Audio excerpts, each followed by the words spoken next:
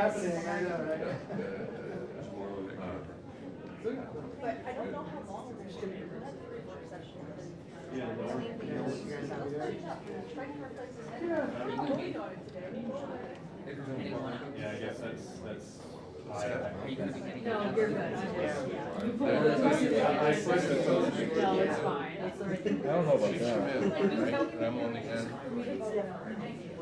She came in one Still gonna be a good team, still have Josh Allen, so and it's all about who they get in the offseason, if they need more help in the So offseason. another time when it was state of the state or getting done session, whatever it was, I gave her a deer head pin. Yeah.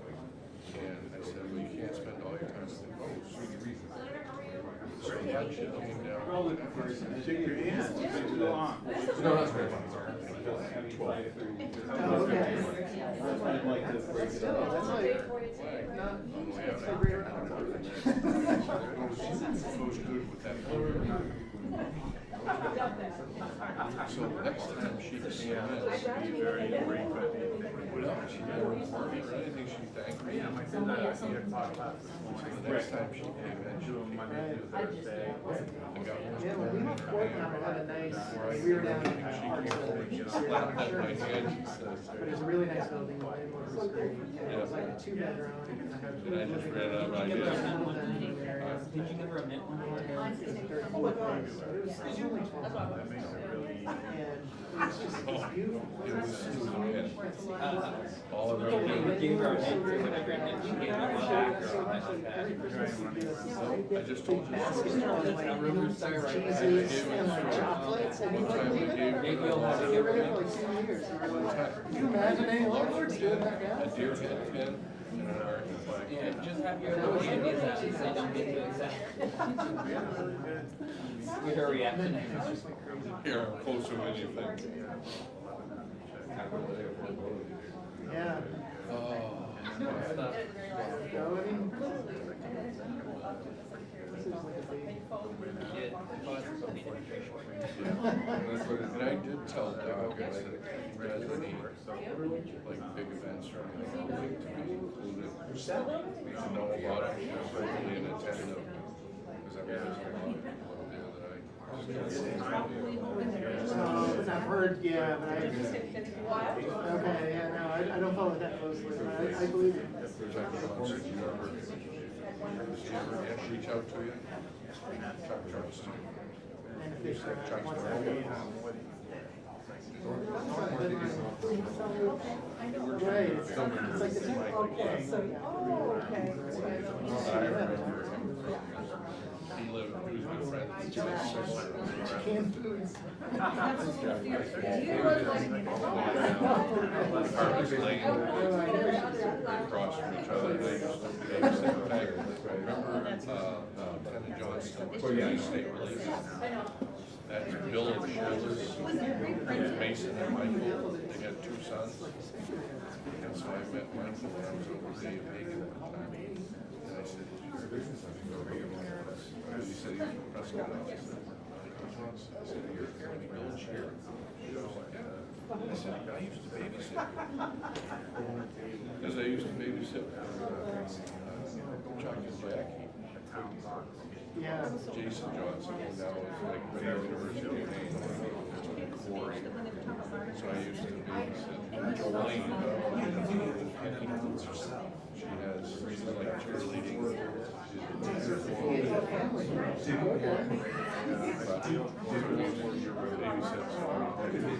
Michael now. Oh, he didn't work there. No, they were just like 3, 4 years old.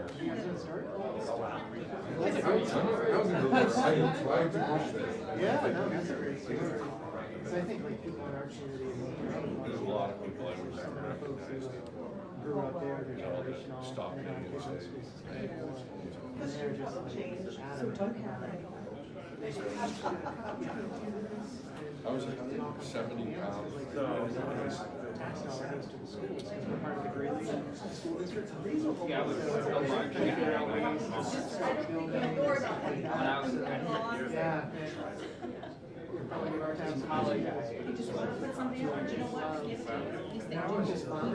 And I dropped him, I worked out, ran every day, I went down one class,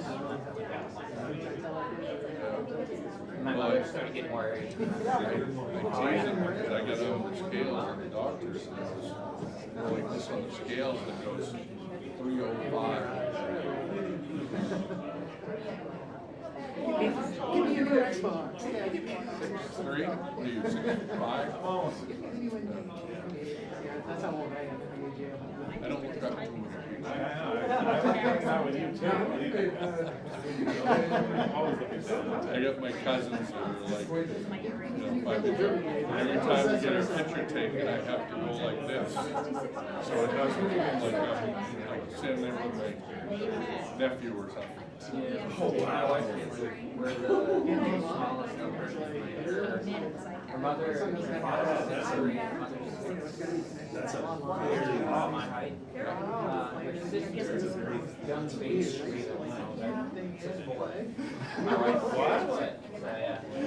I'm already there. I mean, I'll be 50. I always say, my wife is like 5'3". I have to get on my knees. I'm taller to her on my knees than she is to me. And my grandson, sophomore, on my job, Cameron does not play basketball. He's taller than me now. And I'm glad he Sophomore, he's still got some growing. He's gonna be yours. I was gonna kind of be like, can we get an answer, please? Yeah. I know. My Where do you niece go, has like a Oscar? daughter, Yeah. Taylor is, she does the AYBL and the, travel basketball for middle school. This is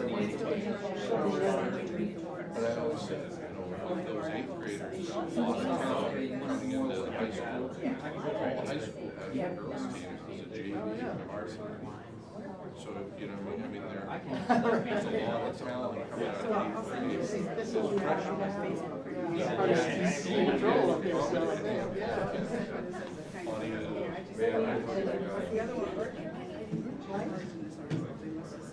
The one I saw was You can have 45 minutes out of the day.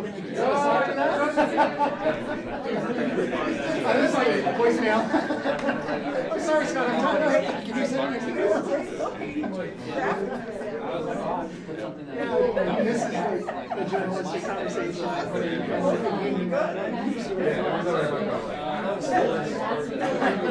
those guys were like Celtics.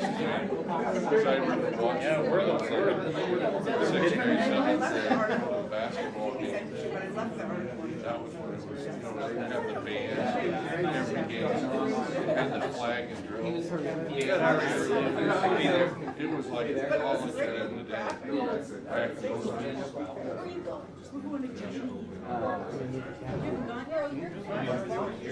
Sorry. See you.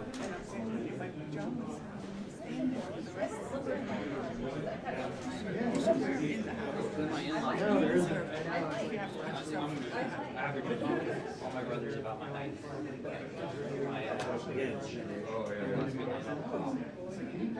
Like Jim, I married a 5'3". She's quite short. Her family is my wife.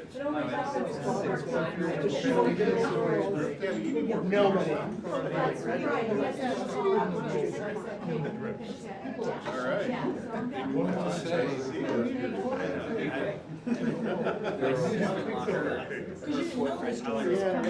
all right. He's 6'9". I can do like this much. Would you be able to, that's better? Actually, for as long as maternity work. Okay. We were always the tallest. Elementary school and middle school. We're always paired together. And I went to the 8th grade province. I ended up Swiss.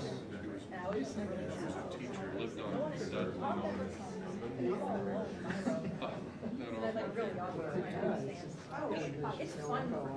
So everybody do a sound check?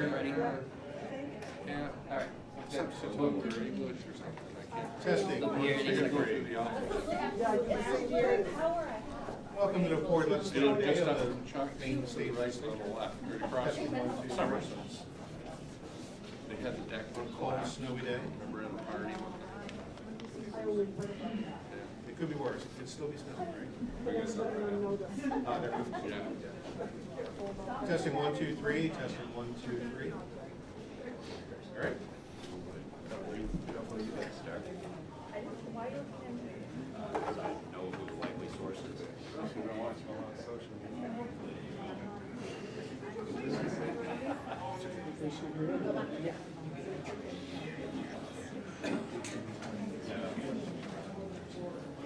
Where are you putting your Yeti? So you don't put my Yeti in the same place and get the I No, I'm gonna forget it if it's there. feel like I have a, I feel like I'm body. I can't have mine next to his. Yes, you can.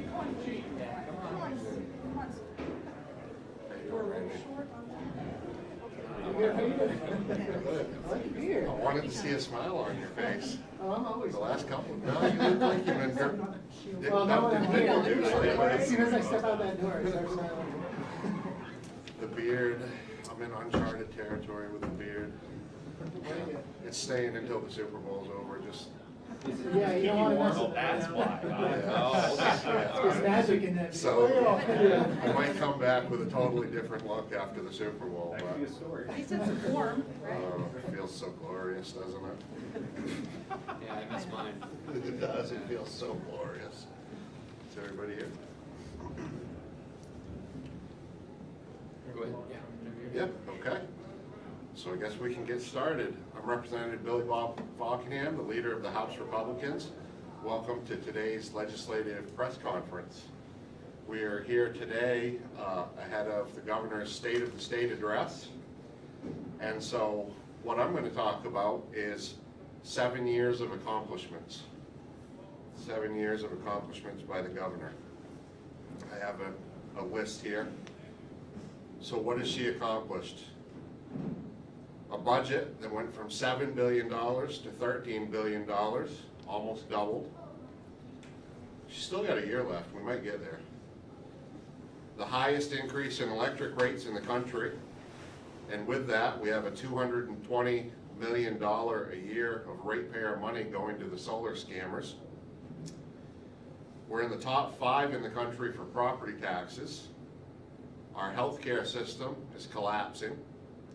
It's falling under the weight of Medicaid expansion, low reimbursement rates, and rampant and widespread fraud, which we have only seen the tip of the iceberg so far.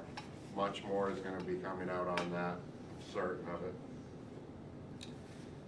And by the way, the money that those fraudsters stole could have gone to shore up rural health care. So instead of having our birthing centers close and losing our clinics and health care, maybe it could have gone to that instead of Somali warlords and RPGs and AK-47s.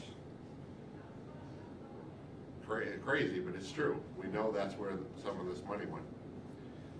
We're near the bottom of the country in education, and just 30 years ago, when I graduated high school, we were near the top of the country. But, you know, at least we're spending plenty on it.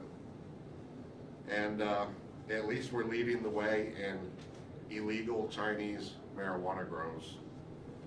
I've also heard that Governor Mills' brother is doing quite well on the real estate transfers for those. The Office of Child and Family Services is a dumpster fire. 143 children have died while under their watch. Drug overdoses and deaths have seen record numbers, and the answer to it has been to hand out free needles.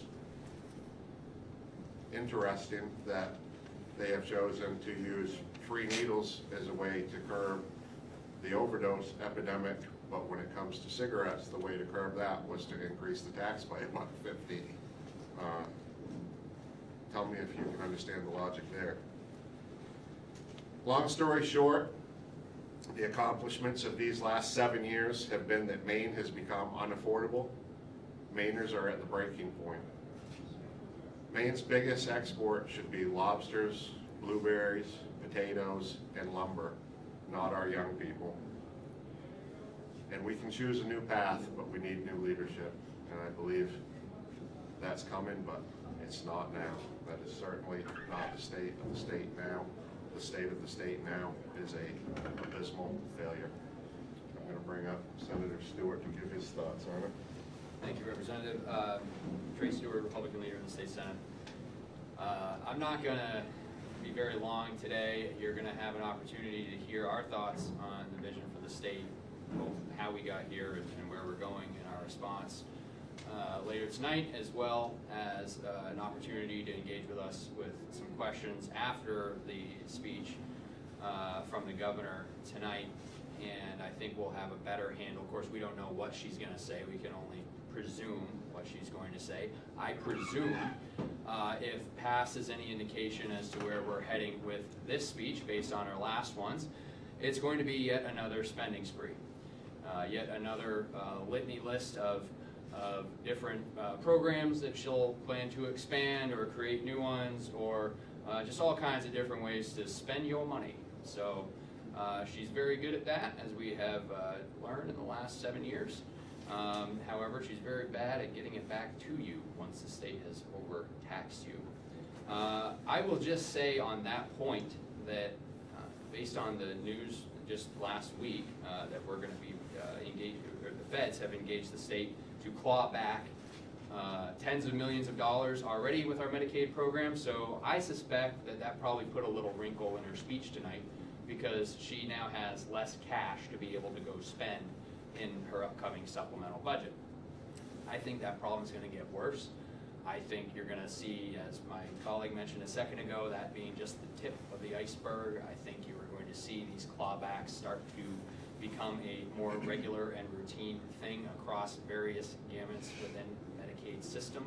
And when that does, our cash balance will be depleted even more, and it may, highly likely, I think, that over the next year we'll even be in a negative posture on that as these clawbacks continue, as the fraud is unveiled, as the mismanagement of these programs continues to be a rampant problem, because we haven't fixed the actual underlying problem here, which is bad management, bad policies, and failed leadership. And until we get a handle on that, the problems are going to keep getting worse. And the good news is, to my colleague's point a second ago, we do have an opportunity coming up here later this year to choose new leadership and a new direction for the state of Maine, and I hope that the people are paying attention and make the right choice, because it is up to them. The power is in their hands to determine whether they want another 8 years of more of the same, or if they've had enough of this nonsense and are ready to move on. So we're going to leave it there for now. We'll take a couple of questions here, and then again, we'll have the response to the speech, as well as an opportunity for questions about the speech specifically later tonight. So with that, we'll open it up for a few minutes of questions here. One. Skittish. Go ahead. And so, obviously, the concerns that the Fed clawbacks could put the state into a negative space. What do you think the solution is, kind of preemptively looking ahead at that? Yeah, again, bad management and bad policy with a failure of leadership. So the management, I remember speaking on the floor of the Senate as we were confirming the new director of Health and Human Services for the state.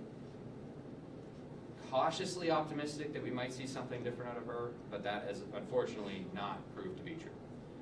It's been more of the same, whether it's in OCFS with more child deaths. It's been more of the same with failure to get a handle on these Medicaid programs.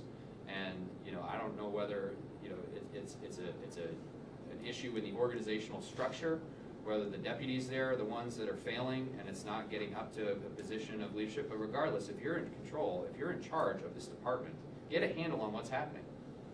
They haven't done that. And every time that I read another headline about DHHS, it's more bad news. Every time it's another child died, or it's another lawsuit, or it's more money that's being clawed back from the federal government. And we're going to continue to see those patterns because the culture over there hasn't changed. And until that happens, I don't think you're going to see anything different. I think you're going to continue to see more of the same failures. Have you had any direct communication with the governor's office about either the upcoming budget or in response to your request, I believe it was last week, to sit down and talk about the rhetoric around ICE? They acknowledged, yeah, good question. They acknowledged receipt of the letter. They did not respond to the letter. And I find it incredibly ironic, I find it hypocritical actually, that she would be demanding a letter, demanding a meeting with the president while simultaneously ignoring Republican leadership and ask right here in our own state to sit down and have a conversation about what's happening here. But apparently flying to DC is a habit she's trying to get into. I understand why that is, but it doesn't mean that it's the right thing for the people of Maine. One more? Yeah, and so with all this talk about rhetoric and obviously the tragic accident that happened in Minnesota, someone died, what is the response from the Maine GOP on that, especially when we hear discussion about Second Amendment rights? Should Mainers feel they are right to have their Second Amendment right bearing arms and protest in Maine? Yeah, I do think a couple of things here, right? That what's happening in Minnesota is a Minnesota-based issue. However, we have been calling for weeks to be cooling down the temperature here in the state of Maine so that we don't experience a Minnesota-like event, which I fear we're on a trajectory for. And whether it's law enforcement or the public that gets hurt, it doesn't matter. These are people's lives. It's a tragedy when one of them is lost. And so the solution there is bring down the temperature across the board. But in order to do that, you need to at least have a conversation, and this governor hasn't even been willing to do that. It's just more political talking points as the temperature continues to ramp up. You know, I don't know what's going to come of it, but I am encouraged to see that Governor Walz is meeting with the president. That's something that may yield some benefit there in terms of changing the rhetoric around that problem that they're experiencing out there. But at the same time, things have not improved here in the state of Maine. I think, unfortunately, we continue to move in the wrong direction in that regard. But it's certainly a tragedy in terms of the details of it. We'll see what the investigation yields. But I do think, we do have constitutional rights that should be protected, are protected, and we'll get to the bottom of what happened there. But again, cooling down the temperature and our call, again, look, the best way to avoid an outcome like that is to not be engaging in the activities that increase the likelihood of something catastrophic happening on one side or the other. And so cooling down the rhetoric is a great way to do that, to allow folks to allow law enforcement to do their job, also respecting the fact that people do have a right to peacefully protest. So that happy medium is only going to be found if it's not this visceral, divisive rhetoric that's coming out of our elected leaders. Leave it there, I think. Okay, thank you all, and we'll see you tonight.